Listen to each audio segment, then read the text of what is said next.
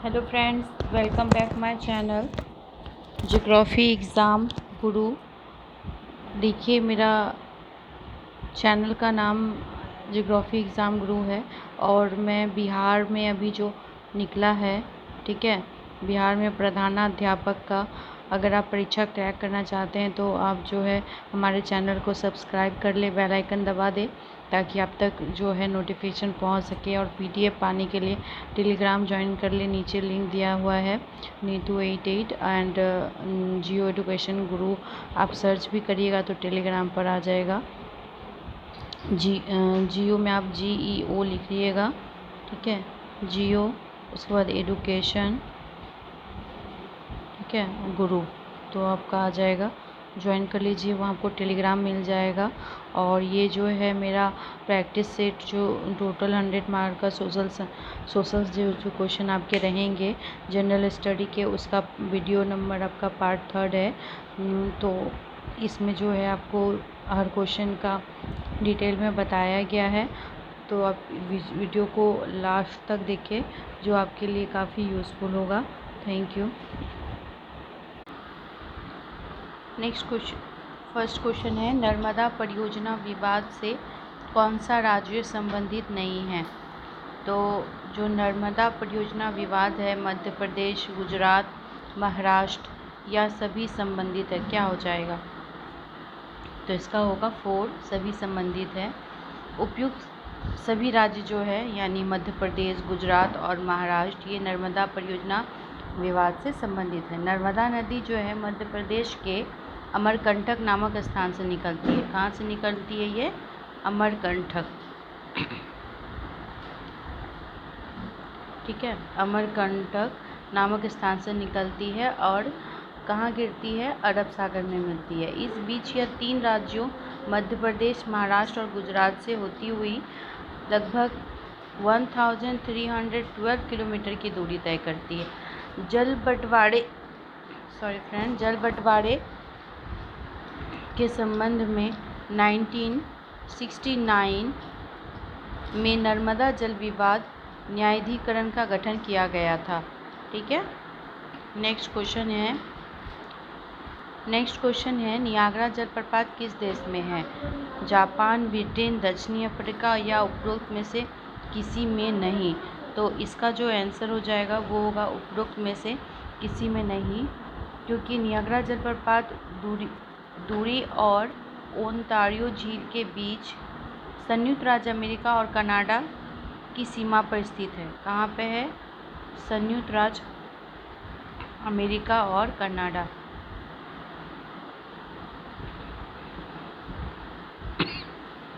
के बीच में। Next question है, वायुमंडल में पाए जाने वाले धूल कणों को आर्द्रताग्राही कण कहते हैं, ठीक है। वायुमंडल में जो पाए जाने वाले धूल कण हैं उसको क्या कहते हैं?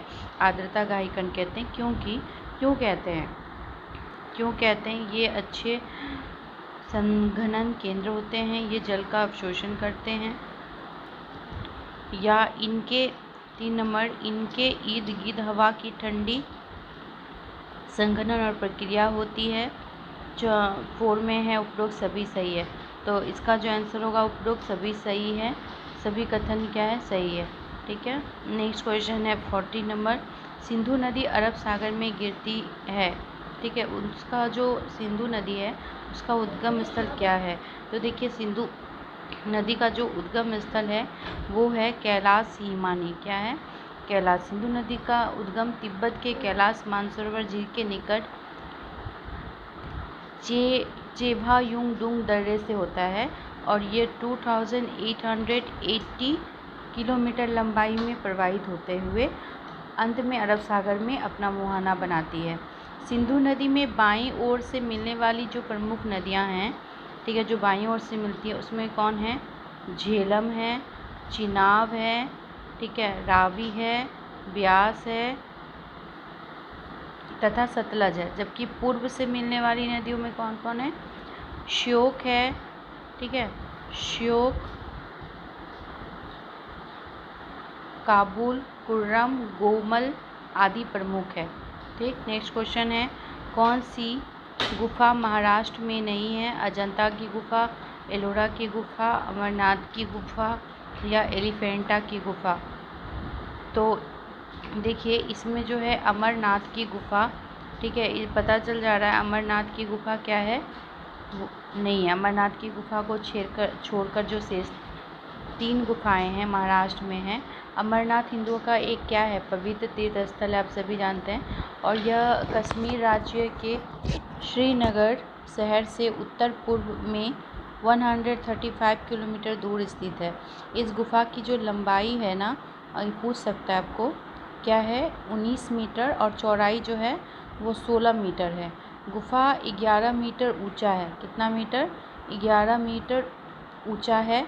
अमरनाथ गुफा जो है भगवान शिव जो है उनका प्रमुख धार्मिक स्थल है, ये सभी जानते हैं। नेक्स्ट है, 2 समानांतर भ्रंशों के बीच धंसे हुए भाग को क्या कहते हैं? तो 2 समानांतर भ्रंशों के बीच धंसे हुए भाग को क्या कहेंगे?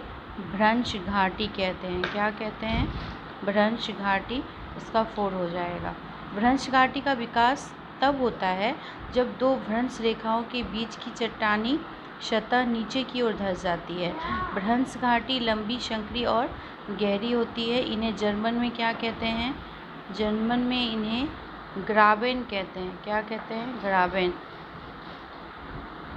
इन्हें जर्मन। नेक्स्ट क्वेश्चन है 43, निम्न में से कौन सा युग्म गलत है? भाखड़ा नांगल बोल रहा है कि सतलज पे है, सलाल परियोजना चिनाब पर है, दामोदर घाटी जो है वो क्या बता रही है आपको? दामोदर नदी घाटी कहाँ पे है? दामोदर पे है? नहीं।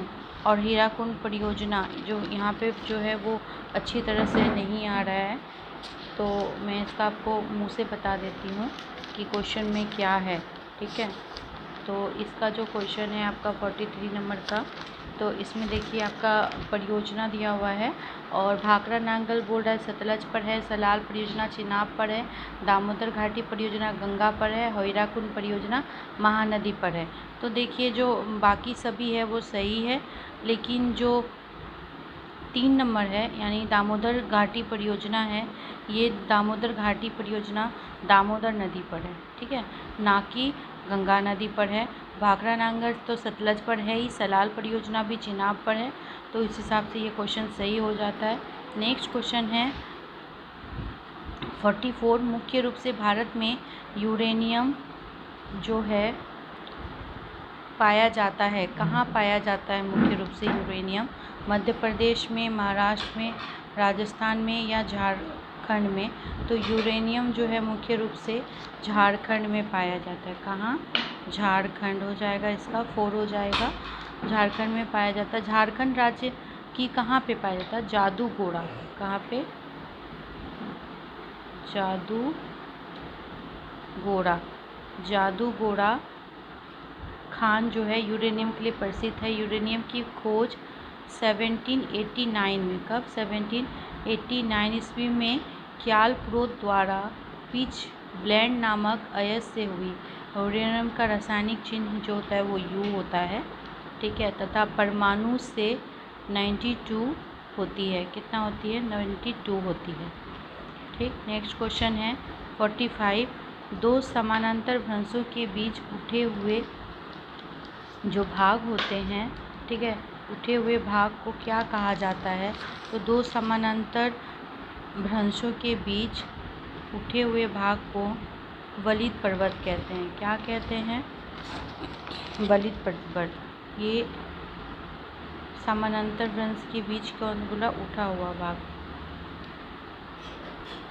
है ना, ये उठा हुआ है और ये समानांतर भ्रंश है, ठीक है। उठे हुए भाग को जो है क्या कहते हैं? वलित पर्वत कहते हैं। नेक्स्ट क्वेश्चन है 46 नंबर, बिहार राज्य अवस्थित है निम्न देशांतर के मध्य। तो बिहार राज्य जो है कौन से देशांतर पर स्थित है?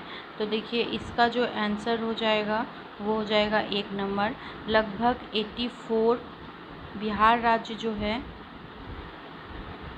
वो 24 डिग्री 20 मिनट 10 सेकेंड उत्तरी अक्षांश से 27 डिग्री 31 मिनट 15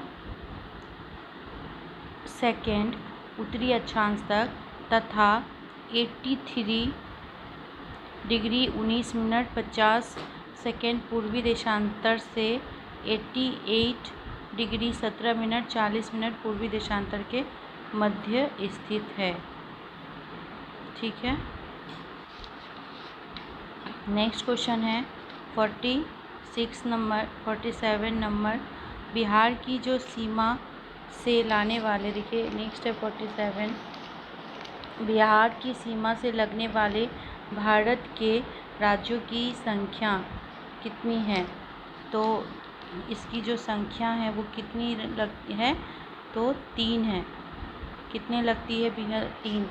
देखिए बिहार की सीमा 3 प्रदेश को छूती है। पहला तो है यूपी यानी उत्तर प्रदेश, ठीक है। उसके बाद है झारखंड, ठीक है, झारखंड और पश्चिम बंगाल सॉरी, ठीक है, वेस्ट बंगाल, इन तीनों से लगती है। नेक्स्ट क्वेश्चन है 48, बिहार के निम्न हिस्सों में कौन सा हिस्सा भूतात्विक दृष्टि से अपेक्षाकृत पुराना है। रोहतास का पठार, उत्तरी पश्चिमी पहाड़ी, ठीक है, या खड़गपुर पहाड़ी, और 4 में है उत्तर मैदान, उत्तर गंगा का मैदान। तो बिहार के निम्न हिस्सों में से कौन सा भूतात्विक दृष्टि से अपेक्षाकृत पुराना है। तो इनमें सबसे पुराना जो है वो है खड़गपुर पहाड़ियाँ, ठीक है। खड़गपुर पहाड़ियाँ भूतात्विक दृष्टि से सर्वाधिक पुराना है। यह धारवाड़ क्रम से संबंधित है और धारवाड़ क्रम की चट्टानों आर्कियन क्रम के प्राथमिक चट्टानों के अपरदन और निक्षेपण से बनी परतदार चट्टानें हैं। ये अत्यधिक रूपांतरित हो चुके हैं और इनमें जीवाश्म नहीं मिलते हैं। क्या नहीं पाए जाते हैं? जीवाश्म नहीं पाए जाते हैं, ठीक है। रोहतास का पठार जो है, यहाँ पे आप देख रहे हैं रोहतास का पठार भारतीय प्रायद्वीपीय क्षेत्र का हिस्सा है, जबकि उत्तरी पश्चिमी पहाड़ियाँ हिमालय के शिवालिक श्रेणी का भाग है। अतः ये भूतात्विक दृष्टि से अपेक्षाकृत अर्वाचीन है। ओके। नेक्स्ट क्वेश्चन है 49, उत्तर बिहार किसके लिए प्रसिद्ध है। कृषि समृद्धि के लिए, भारी उद्योग के लिए, बाढ़ के लिए या सूखा के लिए। तो जो उत्तर बिहार है, ठीक है, ये हमारा बाढ़ के लिए प्रसिद्ध है, परंतु कोसी नदी के क्षेत्र में आने के कारण यहाँ बाढ़ की समस्या प्रत्येक वर्ष बनी रहती है, आप जानते हैं। राष्ट्रीय स्तर पर उत्तरी बिहार की प्रसिद्धि बाढ़ के लिए है, ठीक है। नेक्स्ट क्वेश्चन है बिहार राज्य की औसत वार्षिक वर्षा कितनी है। तो बिहार राज्य की जो औसत वार्षिक वर्षा है वो है 100 सेंटीमीटर से 200 सेंटीमीटर के बीच ही रहती है बिहार का, यानी बिहार का औसत वार्षिक वर्षा 125 यहाँ पे दिया हुआ नहीं है, इसलिए हम लोग उसका लगभग जो होगा मान लेंगे। और बिहार में सबसे कम वर्षा वाला अगर जिला पूछेगा आपको तो ये हो जाएगा औरंगा, ठीक है, औरंगाबाद जो है सबसे कम, और सबसे अधिक इसमें यहाँ पे सब औरंगाबाद में जो है 95 सेमी वर्षा होता है, और सबसे अधिक जो होता है वो 173 सेमी वर्षा होती है। कहाँ पे? किशनगंज में होती है। क्या हो जाएगा इसका? किशनगंज, ठीक है। नेक्स्ट क्वेश्चन है नेक्स्ट क्वेश्चन है 51, भारतीय राजनीति व्यवस्था का स्वरूप निम्न में से कौन सा है। तो जो भारतीय का जो इसका स्वरूप हो जाएगा वो क्या होगा? 3 नंबर होगा, गणतंत्रीय, संघीय और संसदीय। तो भारतीय राजनीति व्यवस्था का स्वरूप गणतंत्रीय, संघीय और संसदीय है। भारतीय संविधान की उद्देशिका में भारत को क्या एक गणतंत्र घोषित किया गया है, और इसका तात्पर्य कि भारत राष्ट्राध्यक्ष निर्वाचित होगा, आनुवंशिक नहीं। गणतंत्र की संकल्पना कहाँ से आई है? फ्रांस, ठीक है, फ्रांस से आयातित है। भारत एक संघीय राज्य है, अर्थात इसमें केंद्र एवं राज्यों के मध्य शक्तियों का विभाजन किया गया है। संघीय प्रणाली अमेरिकी संविधान से ग्रहण किया गया है। ये जो संघीय प्रणाली ये कहाँ से लिया गया है? अमेरिका से, ठीक है, ग्रहण किया गया है। जबकि संसदीय प्रणाली जो है, ये जो संसदीय है ये ब्रिटेन से लिया गया है, ठीक। गणतंत्रीय फ्रांस से, संघीय अमेरिका से, संसदीय ब्रिटेन की देन है। फिर नेक्स्ट क्वेश्चन है, संसद के संयुक्त अधिवेशन को कौन संबोधित करता है? सभापति, अध्यक्ष लोकसभा, राष्ट्रपति या विरोधी दल का नेता? तो इसका जो आंसर हो जाएगा वो होगा राष्ट्रपति। ठीक है, कौन करता है? राष्ट्रपति जी जो है, राष्ट्रपति संसद के संयुक्त अधिवेशन को संबोधित करते हैं और ये अनुच्छेद 87 में भी लिखा हुआ है। ठीक है, नेक्स्ट है, संघीय लोक सेवा आयोग के अध्यक्ष की नियुक्ति कौन करता है? केंद्रीय गृह मंत्री, संसद, राष्ट्रपति या प्रधानमंत्री? तो इसका जो हो जाएगा वो हो जाएगा राष्ट्रपति। कौन करता है? राष्ट्रपति करता है। अगर आपको अच्छा लग रहा है तो प्लीज़ आप जो है लाइक ज़रूर कर दीजिएगा।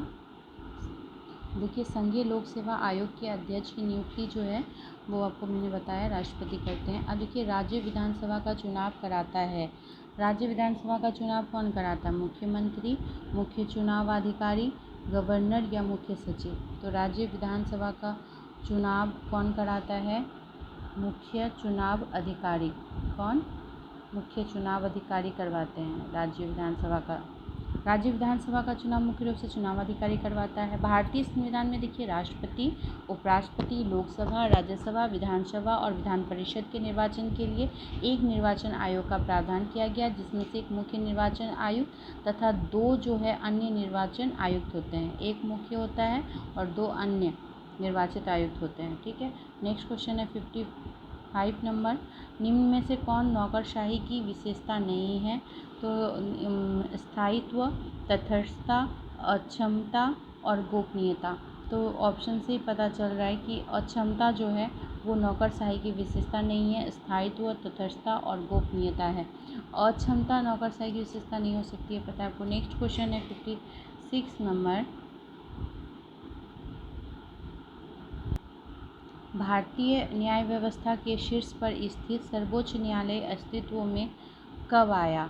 ठीक है, तो ये जो कब आया, 26 जनवरी 1949 को, 15 अगस्त 1947 को, 30 जनवरी 1935 को या 26 जनवरी 1950 को? तो इसका जो आंसर हो जाएगा वो होगा 26 जनवरी 1950 को जो है वो भारतीय न्याय व्यवस्था के शीर्ष पर सर्वोच्च न्यायालय होता है। ठीक है, और उच्चतम न्यायालय 26 जनवरी 1950 यानी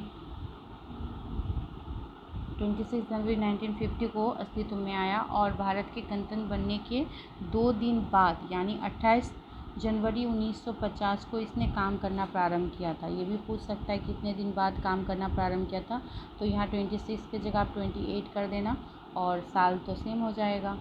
ठीक है, नेक्स्ट क्वेश्चन है, निम्नलिखित में से कौन सी समिति का कार्य विभिन्न विभागों के वित्तीय अनुमानों की जांच करना और फिजूल खर्ची रोकने के लिए सुझाव देना है? तो ये जो कार्य है ये कौन करते हैं? तो ये जो करते हैं ये है प्राक्कलन समिति। कौन करते हैं? ये होगा आपका प्राक्कलन समिति का कार्य शासन पर वित्तीय नियंत्रण करना है। इस समिति का कार्य विभिन्न विभागों के वित्तीय अनुमानों की जांच करना और यह फिजूल खर्ची रोकने, टू स्टॉप वेस्टफुल एक्सपेंडिचर के लिए सुझाव देती है। इसकी नियुक्ति प्रति वर्ष प्रथम सत्र के प्रारंभ में की जाती है। समिति में लोकसभा के कितने होते हैं? 30 सदस्य होते हैं और इसका कार्यकाल 1 वर्ष के लिए होता है, 1 ईयर के लिए होती है। कोई मंत्री इसका सदस्य नहीं होता है। ठीक है, नेक्स्ट है, भारतीय संविधान में किस अनुच्छेद में मंत्री परिषद शब्द का उल्लेख किया गया है? तो ये जो किया गया है ये अनुच्छेद 74 में। भारतीय संविधान में मंत्री परिषद से संबंधित 2 अनुच्छेद अत्यंत महत्वपूर्ण हैं। अनुच्छेद 74 में लिखा है कि राष्ट्रपति को उसके कार्यों में सहायता देने के लिए प्रधानमंत्री की अध्यक्षता में एक मंत्री परिषद के परामर्श के विषय में कोई भी न्यायिक कार्रवाई नहीं हो सकेगी। ठीक है, नेक्स्ट क्वेश्चन है 59, भारतीय संविधान के तहत केंद्रीय मंत्रियों की नियुक्ति कौन करता है?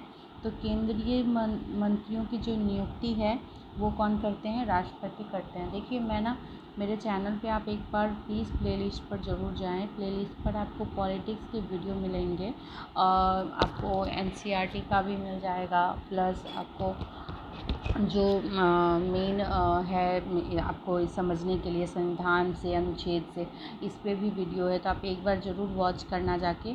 कोई भी एग्ज़ाम दे रहे हैं तो ये बिहार का जो हेड मास्टर का है, प्रधानाध्यापक का है, तो उसमें एक बार आप वीडियो जो है पॉलिटिक्स का और देख लीजिएगा पूरा, तो बहुत ज़्यादा मदद मिल जाएगा आपको। ठीक है, तो इसका मैंने बता दिया 59 का। भारतीय संविधान के तहत केंद्रीय मंत्रियों की नियुक्ति जो है वो राष्ट्रपति करते हैं। और अनुच्छेद 7, अच्छा ये पूछ सकता है कि अनुच्छेद कितना अनुच्छेद में लिखा हुआ है ना, तो ये इसका हो जाएगा 74। अनुच्छेद 74 के शब्द इस प्रकार, देखिए 74 में क्या लिखा हुआ है। राष्ट्रपति को अपने कार्यों को पूरा करने के लिए सहायता और परामर्श देने के लिए एक मंत्रिपरिषद होगी, जिसका प्रमुख प्रधानमंत्री होगा।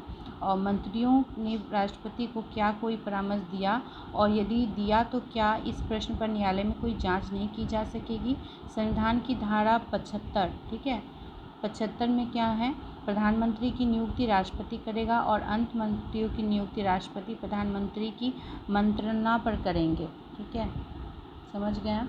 नेक्स्ट क्वेश्चन है 60 क्वेश्चन, केंद्रीय सतर्कता आयोग का गठन किया गया था।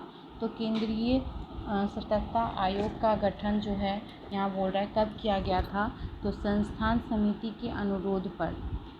कब होगा, इसका होगा 3 संस्थान केंद्रीय सतर्कता आयोग का गठन संस्थान समिति की संकल्पना के आधार पर 19, अगर पूछेगा कब, 1964 में किया गया था। और यह भारत की शीर्ष संस्थान है जो भ्रष्टाचार से संबंधित मुद्दे की जांच करती है, और ये एक स्वतंत्र निकाय है। कौन, केंद्रीय सतर्कता आयोग 1964 में हुआ था। तो ये टोटल 60 क्वेश्चन मैं आपको इस वीडियो में कराई।